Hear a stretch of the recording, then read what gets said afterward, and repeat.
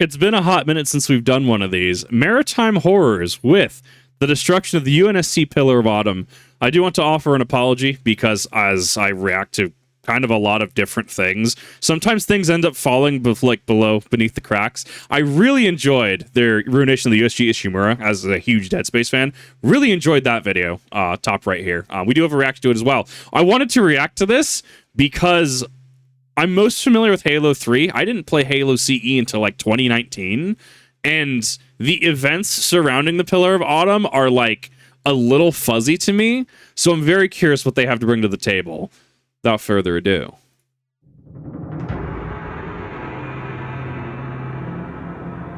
The 19th of September 2552, a damaged and beleaguered ship of the UNSC Navy drops out of slipspace into a seemingly random system in uncharted space.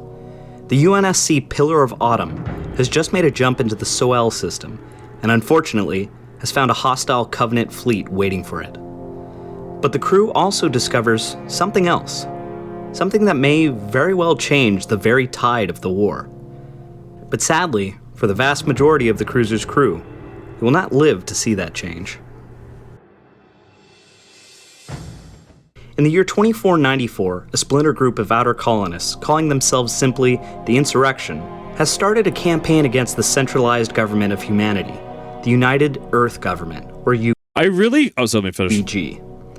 Portions of outer colonists were disappointed with bureaucracy and heavy-handedness of the UEG's control over the colonists, and sought their own sovereignty from the UEG's oversight. I really feel like this is an underexplored part of Halo in general, right? And I think that's, I guess, kind of what I haven't seen the Halo TV show, right? But I guess that's kind of what the Halo TV show kind of tried to do, is kind of like outline this a little more. Like, yeah, no, there's 100% things that are like people who are super not happy. I guess you could maybe relate it to like not necessarily like Xeon and the Federation and Gundam, right? But yeah, like I guess you could even just say it's a popular sci-fi trope, right? EarthGov says one thing, space colonies say, "Nuh-uh, like you're not even like." You're not even here. Like, we want to do things our own way. SpaceGov says, or EarthGov says, "Nuh-uh, you're still under us because we the boss, we the government," right? I don't know, but it exists in universe. We only get really a snapshot of Halo, and obviously we have comics, and obviously we have books and stuff, which have very important details and events in them, right? I remind you that we got cheated out of Chief and the Arbiter meeting up at the end of Halo 5, and that was relegated to a book, right? The Didact, contrary to popular belief, contrary to my belief, up until I learned about it, I think it was from an Installation 00 video, Didact from Halo 4 wasn't dead. He fell into the slipspace portal and ended up on a ring, right? And then he got composed because Blue Team went after him, and then him versus John, and then, fight ensued, right? Important. I guess you can kind of write that off, especially if, like, the Didax plot point is kind of like, it just tapers off in its own direction, right? Like, he won't be relevant in the story again. I don't know how his plot line actually finished. I knew a new book came out in 2025, I think, that wrapped it up. But, like, it just showcases that the Halo universe is so much more vast than the games portray, and that's fine because it has that depth, but we never really get to explore things like this, not in a game setting. So it's really cool to see something like offensive bias or mendicant bias being referenced in like Halo Infinite, and this is why I had such big hopes for campaign. And yeah, campaign got shelved for obvious reasons, which made me sad. I was looking for like years and years of updates on that. Rough time to be a Halo fan, if I'm being honest. I don't know. This is stuff I'd love to see explored more. Began as peaceful protests, soon devolved into acts of violence, and then terrorism, finally boiling over into an all-out war. The UEG's military power, the United Nations Space Command, or UNSC, soon found itself embroiled in a full-blown war. It quickly needed to update and enlarge its navy, with more capital ships to bring the outer colonies back underfoot.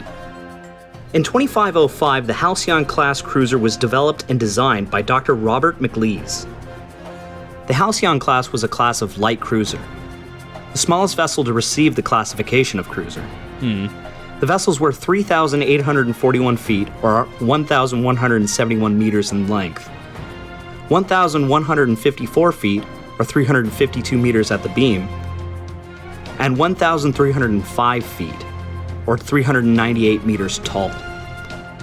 The armament was rather anemic and far less hefty than other cruisers of the time, sporting only a standard magnetic accelerated cannon, or MAC, as well as 4 Shiva nuclear missiles, 6 Archer missile pods, and a number of M910 50mm point defense chain guns. I feel like this is very of the era in terms of design, right? Like, obviously, this was like designed super late 90s, coming out in like 2000, right? And I think like something like as one of his other videos, like the Nostromo from Alien, right? Like that feels a little more 80s sci-fi, right? Like this feels of the era, though. I don't know, because like we have it wasn't the Spirit of Fire. Spirit of Fire was in Halo Wars 2, which I haven't fully played yet.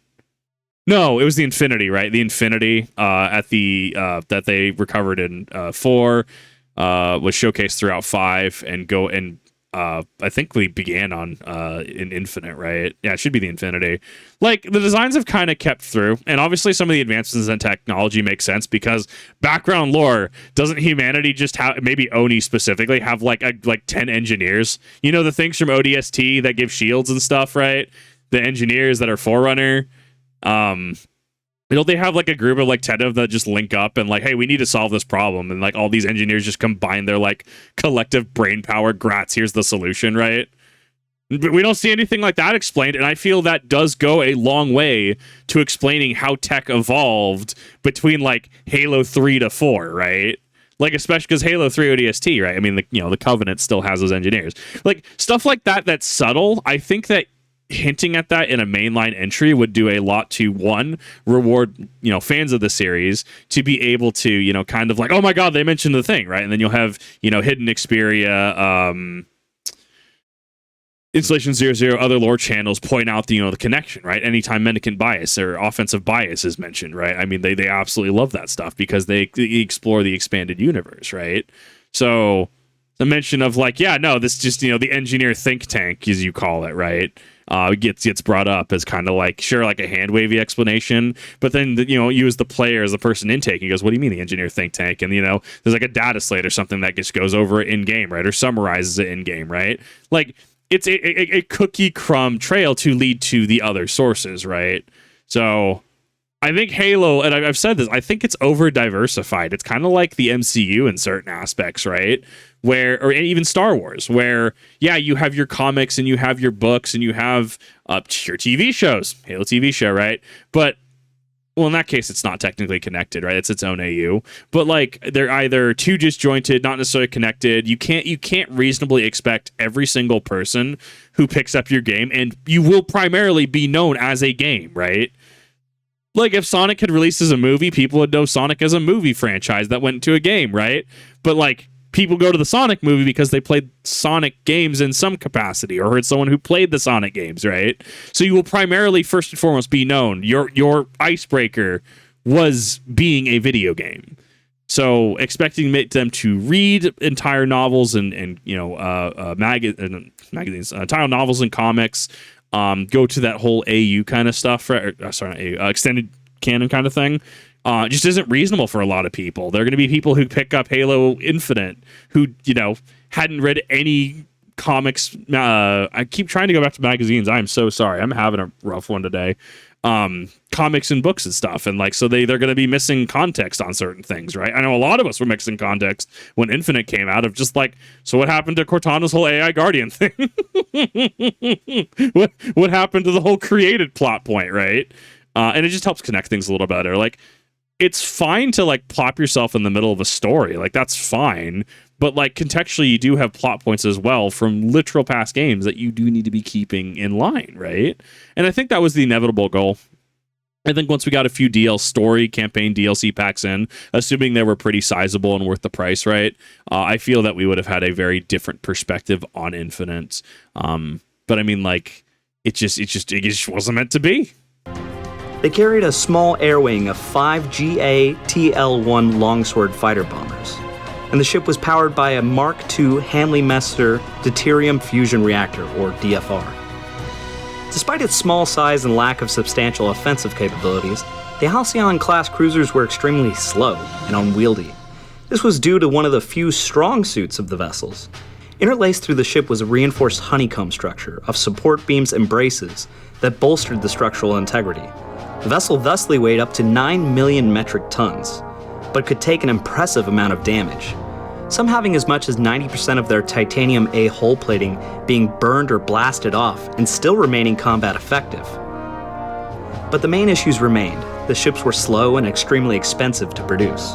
After only 10 were built in this fashion, the ship's design was reformatted without the cross-bracing to reduce unit costs and increase the ship's maneuverability. But even with these lighter models, the ship still underperformed, being more useful as over-glorified transports as opposed to frontline combat vessels. Along with their crew of around 1,000 sailors, they carried a full complement of around 800 Marines and about 400 specially trained orbital drop shock troopers, or ODSTs.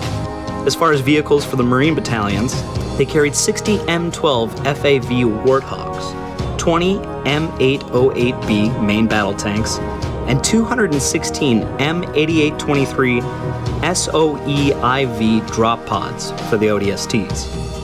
The Marines and their equipment could be shuttled to the surface using the ship's 2 D-96 Albatross dropships or its 12 D-77 Pelican dropships. Many of the Halcyons saw a drastically foreshortened service life, being decommissioned not too long into the Insurrectionist War. But the vast majority would be reactivated out of necessity.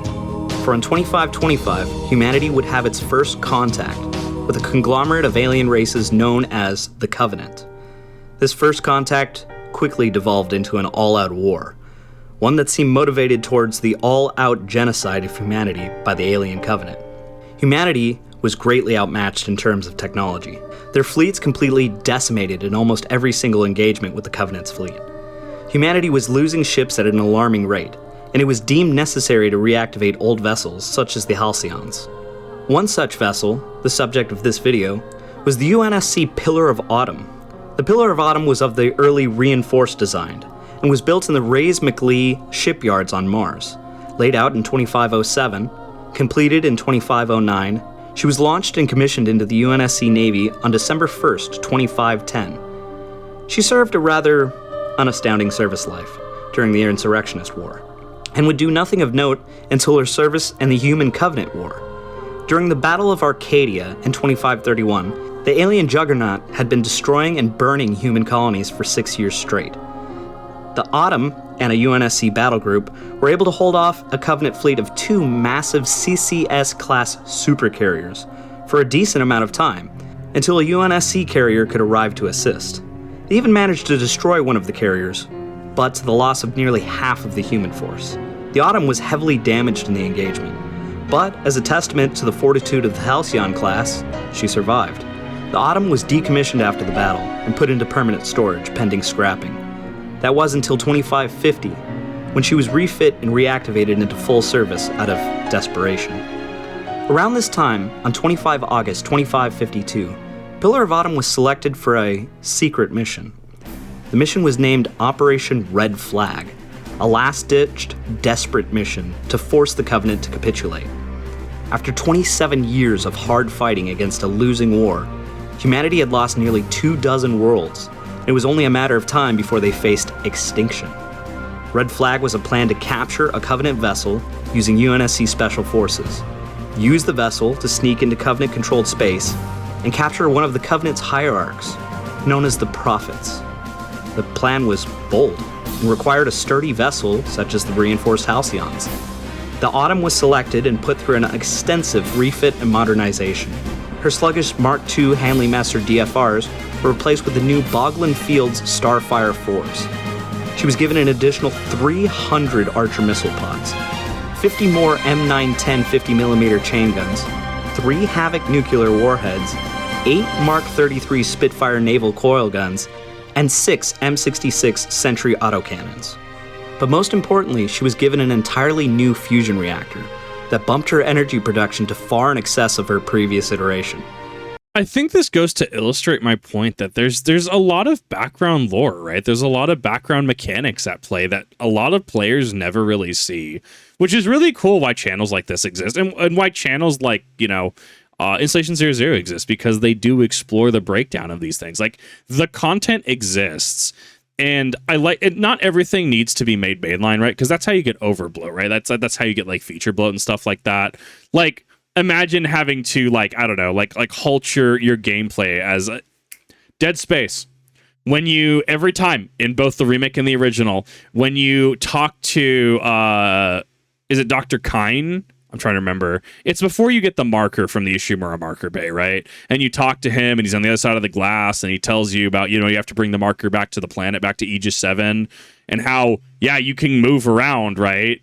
But you're kind of stuck with him, like, monologuing at you for a minute or so, right? Like, imagine that happening as in Halo, as scientist breaks down, the Mjolnir platform's armor, right? Rather than the intro to Halo 2, where it's like, this is all fried. You know how much these how much these suits cost, Chief, right? Like, it has to be done tastefully, right? And not everything is going to be able to make it, right? In terms of maybe like, isn't there some kind of like sound reinforcement? I don't remember offhand. But in terms of like when you're making Mjolnir parts, part of the product, because I guess sound is used for structural integrity in certain ways. I don't know too much about it personally. But anyways, like when you're making like does it go into the full breakdown? No, but I mean it knows enough to feel like, oh yeah, this is immersive, right? It knows and betrays just enough that you can get invested, and like that's why games like Dark Souls, without it telling you the narrative, right, you're able to piece together through like lore bits in the world, right, or from external media. I'm sure if we ever got the quote unquote Dark Souls Bible, which I hear allegedly exists with FromSoft, right. Like, yeah, I'm sure the Deep would be explained a little more. I'm sure that the Age of Waters would be explained a little more, right? Like, I think it'd be very interesting to see the added context.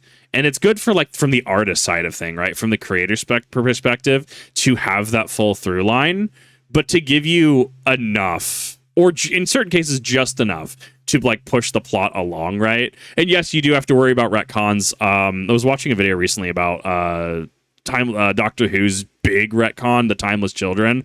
Haven't watched Doctor Who a lot personally. I've seen a couple Capaldi episodes, seen none of Tennant, if I'm being honest.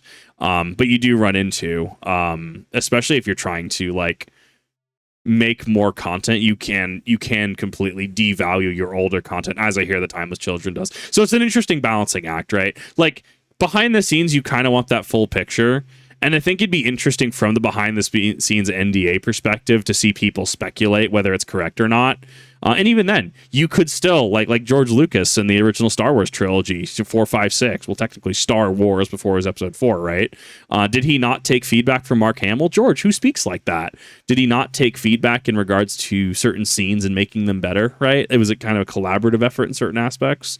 So I think that like you should definitely be open to criticism and like correction, or like open to new ideas, but you should generally have that through line.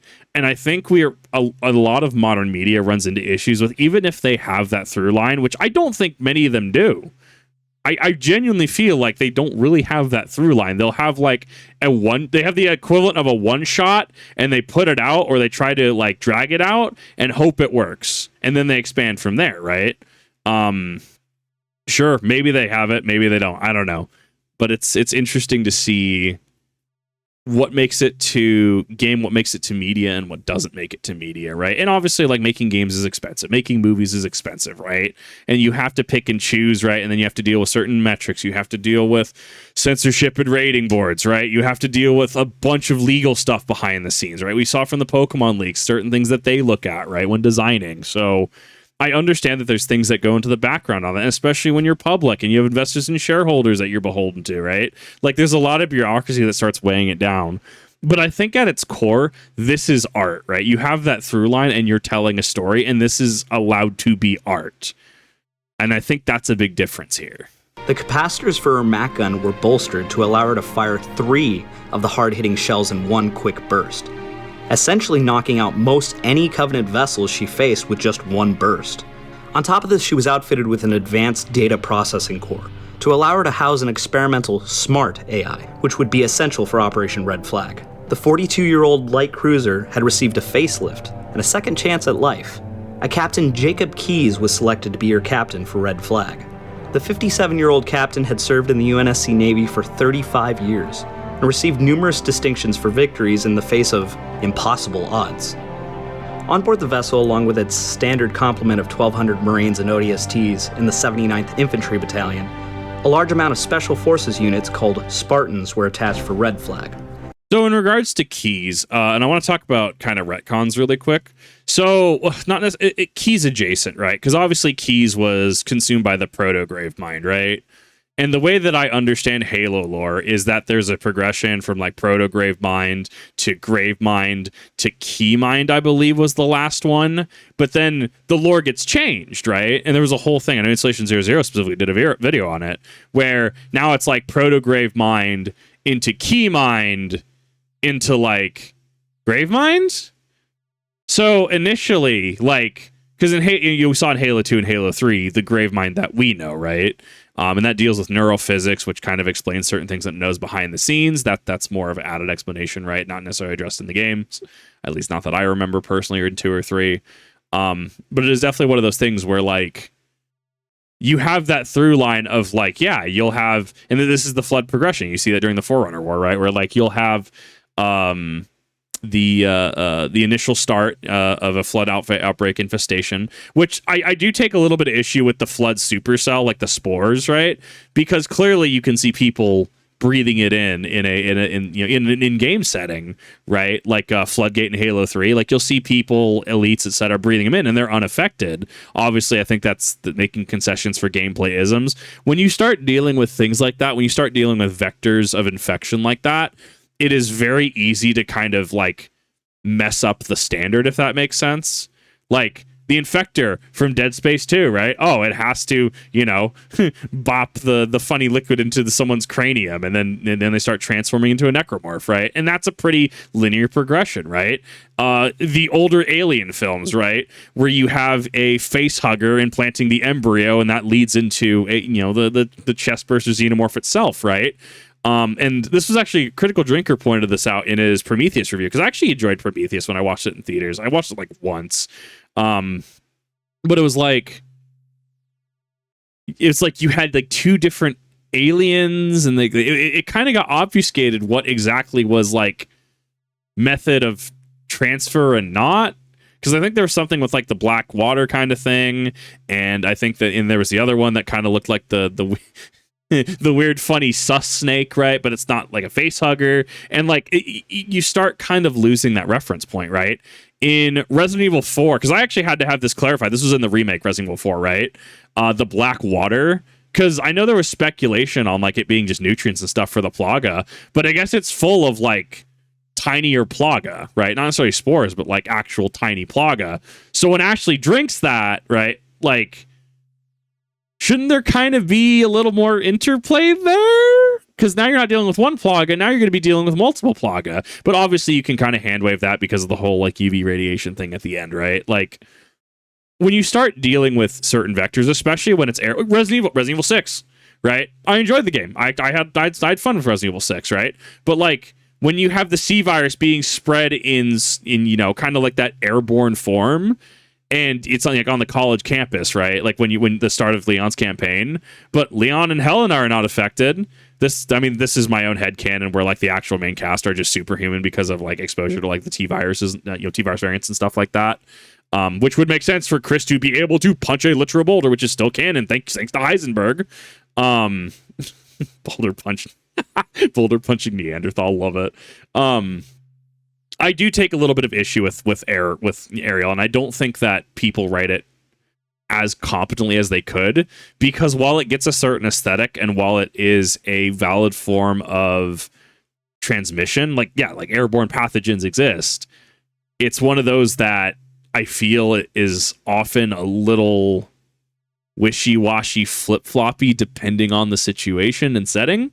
But anyways, back to the actual point I was talking about, and leading into the retcon thing even more is, so like, yeah, we had like the progression of like proto-Gravemind, which isn't connected to the neural network, and then you have it evolving to the Gravemind, which then is connected to neural physics, right, and being able to experience the things of past Graveminds. And if a Gravemind meets like what planetary status, it becomes the Keymind, right, which then now swap Keymind and Gravemind, which that technically doesn't even work because like I don't know, it depends. I guess the Gravemind in 2, right? I guess he did have control of most of the ring, right? He at least was in the control room, right? I wouldn't call him planetary, though. Like, the ring itself wasn't infected like you see in artworks of Graveminds and Extended, right? But this is something where you run into danger, especially when you start retconning stuff like that, is like, because the proto-Graveminds weren't connected to, the neural network, right? And a worry that could arise, especially if they want to bring the Flood back. We saw Flood Silex in Infinite, right? So it's they're aware that the Flood are a thing. I'm sure they would love to bring it back. The issue that could arise is like, well, suddenly, Keys was connected to the neural network, or proto-Graveminds in certain ways are connected to neural physics and therefore able to pass on certain information. And that's the part that worries me, is like, it's absurd, right? Like, yeah, like the events of Halo 3 would have happened a little differently if the actual Gravemind had access to Keys information, right?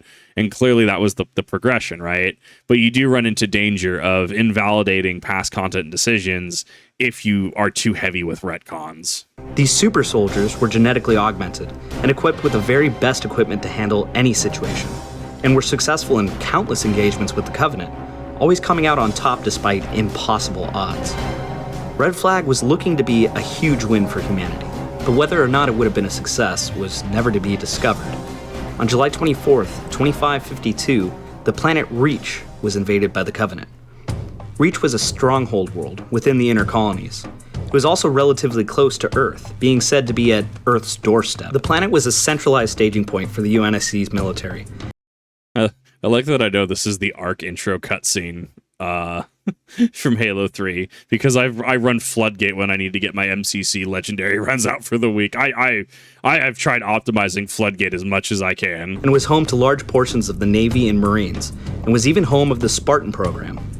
It was therefore of vital importance to humanity. If it was lost, not much stood in the way of the Covenant and their final goal, Earth. Therefore, its defense was deemed a priority over Operation Red Flag.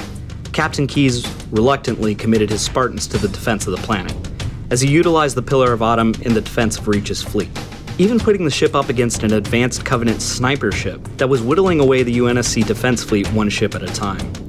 The Autumn sustained damage, but took out the superior Covenant ship and stayed in the fight. But after a protracted defense, Reach was slowly but surely overrun by the Covenant. Keyes was able to retrieve only 2 of the Spartan super soldiers, one of which was medically dead and frozen in cryosleep. The Covenant, set to reducing the surface of Reach to glass, like so many human colonies before it. The captain realized that Red Flag would no longer be possible, and it was deemed necessary to protect the ship, the AI on board, and ultimately, the location of Earth. On August 30th, 2552, the ship's AI, an experimental smart AI named Cortana, was tasked with plotting a random jump away from Reach. Unknown to the captain, she did so utilizing a set of coordinates she had found left over by a long-dead alien race. The Autumn jumped, damaged from her engagement, and followed by a fleet of Covenant ships, the Fleet of Particular Justice. The Pillar of Autumn reached her destination on 19 September 2552, 3 weeks later. She came out of slip space in a system called the Soel system, near a gas giant called Threshold. Unfortunately, the superior Covenant ships had beaten them there, and were waiting for them as they passed around the gas giant. They were engaged by recon patrols just 20 minutes after exiting warp. But what the Autumn's crew hadn't expected was the discovery of a massive ring-like structure in orbit around Threshold. The massive structure, 10,000 kilometers in diameter, was apparently not of any known design, and was in fact a religious artifact revered by the deeply religious and fanatical Covenant. In fact, so protected was the ring world that they called Halo, that one of the high-ranking prophets aboard the Covenant fleet demanded that the alien ships cease fire for fear of damaging the sacred ring by accident. And it's stuff like this that's like, it's so additive. I think this is kind of alluded to in game, or at least the novelization, right? And like I've heard of a lot of this and I've heard the progression of it because I've watched more lore videos and stuff like that. But yeah, like it's also really cool to explore the bureaucracy that goes into the context of the Covenant coming across the ring, right? Because these are kind of the things that they were like searching for, right? These are their holy religious artifacts, right? And it's unfortunate because it really doesn't feel like any of that. I feel like that is a censorship thing. I feel like that is very much we don't want to explore the concepts of alien religion because, roots in actual religion. And I wonder if that is something that is kind of outside of, the Halo team's hands. I feel like that is very much kind of something that like someone with a clipboard, high up decides that, this is appropriate or this isn't appropriate to be able to put in the game, right? And I think that starts to games you can explore things in a safe setting, right? Like you're able to explore, the religious fanaticism and zealotry of the Covenant and their holy artifacts and the inner war, and inner turmoil that comes when there's the schism in Halo 2, right? Like, then I guess we had like Joel M. Dama kind of took over as like a new prophet, but that's kind of like, he was kind of relegated to a Spartan Ops, if I remember correctly, which I still need to play through. I don't know. It's interesting to look at this and see why certain things in Halo tick certain boxes and why, I guess, ponder why they're abandoned later, right? This stroke of luck allowed the Pillar of Autumn, assisted by the onboard AI Cortana, to take out 4 enemy vessels. But the Covenant wouldn't simply let the human ship pick their fleet apart. They dispatched attack fighters and boarding ships to the Halcyon cruiser to attempt to take over and destroy the vessel from within. Before long, a massive ship-wide firefight broke out on the vessel, as the Marines aboard fought to repel Covenant boarders, with varying levels of success. Unfortunately, the Covenant were successful in taking out the fire control center for the ship's MAC, rendering the ship essentially defenseless. Captain Keyes was left with few options. Protocol dictated that he couldn't allow the ship or the smart AI to fall into Covenant hands. He ordered the ship's remaining combat-effective Spartan, a Master Chief Petty Officer John 117, to take possession of the ship's AI. He then would order an abandonment of the ship, and plot a course for the vessel to crash land on the ring world. With the sudden change of course towards the Sacred Ring, the Covenant pursued, now no longer holding fire, but attempting to destroy the human ship before it could desecrate the Holy Relic. The ship took several substantial hits as a crew evacuated aboard Bumblebee lifeboats, Pelican dropships, and ODST SOE-IV drop pods. But owing to the Halcyon's stability and integrity, she held together, even as plasma torpedoes burned away hull plating and the ring's artificial atmosphere superheated her hull. The vessel crash-landed on the ring, digging a massive trench in its surface. It came to rest, largely intact. Portions of her hull scorched to cinders, but otherwise in one piece. Even the ship's reactor was in fully working condition, but unfortunately, due to the construction of the vessel, she wasn't designed for in-atmosphere flight. She was in her final resting place. A drawn-out 3-day battle began over the ring world. A large majority of the human crew had made it to the surface, and had started a guerrilla campaign against the Covenant, who seemed to be attempting to take control of the massive installation. The reason soon being discovered why. The Covenant not only worshipped the ring, but believed it to be a massive superweapon. It was soon discovered that they were correct, but not in the sense that they had believed. Housed on Halo for research was a parasitic life form, known only as the Flood. This alien infection used living biomass to expand and infect everything in its path, killing whoever it infected, mutating them, and adding their consciousness to its hive mind. It escaped and spread like wildfire across the ring, infecting humans and Covenant alike. The ring had been built initially to stop the Flood, by eradicating all life in the galaxy. The determination was made that the Flood and Halo had to be destroyed at all cost. The UNSC Pillar of Autumn had one last mission to fulfill. The ship's remaining Spartan, John 117, boarded the vessel along with Cortana and set to overloading the ship's still functional reactor core. The ship's massive fusion reactor would generate immense amounts of heat, which was cooled by an advanced cooling system.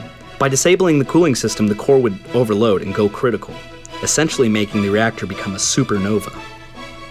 The Special Forces soldier was able to do this, causing the reactor to go critical. He then escaped with the AI in an M12 Warthog, driving down a really cool 3-kilometer-long track on board a 1-kilometer-long ship. He boarded one of the surviving longsword fighter bombers inside of the ship and escaped the Ringworld in the nick of time.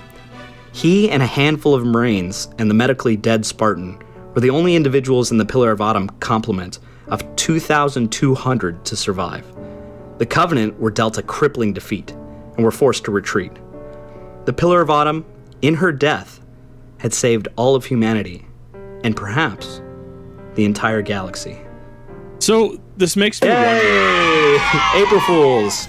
I really hope you enjoyed this special April 1st edition of Maritime Horrors. I really just had to do this, seeing as one of the things I love just as much as maritime history is the Halo series.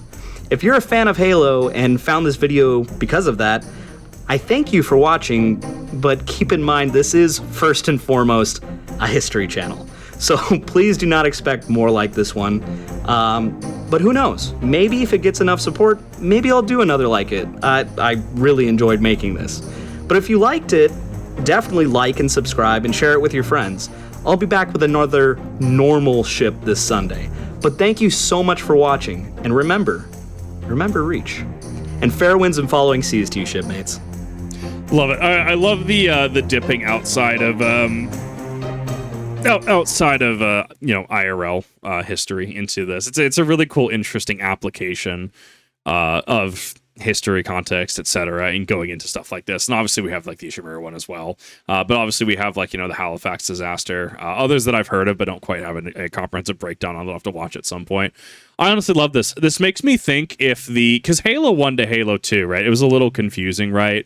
And there's a sequence of events in regards to them getting back to Earth, right? It makes me wonder if that was done nowadays, if that would be considered lazy writing, or if that would be considered, what have you, right? Like criticisms with that. I really haven't heard criticism about Halo 1 into Halo 2 in regards to how we got there, if that makes sense. But I also wonder if that is due to the internet being more of a profound thing now, if that is one of those things that ends up being the times have changed. People look at writing a little bit more now. It's hard to say for certain, right? But I thoroughly enjoyed this, and hopefully you did as well. And hopefully you found a series. I know there's a lot of people who end up liking boats and stuff like that. Hopefully you found another channel that you ended up enjoying. Thank you everyone for watching. Really do appreciate it. Thank you, Maritime Horror, for another amazing video, especially in April 1st edition of Halo's UNSC Pillar of Autumn. And I will see you all in the next one.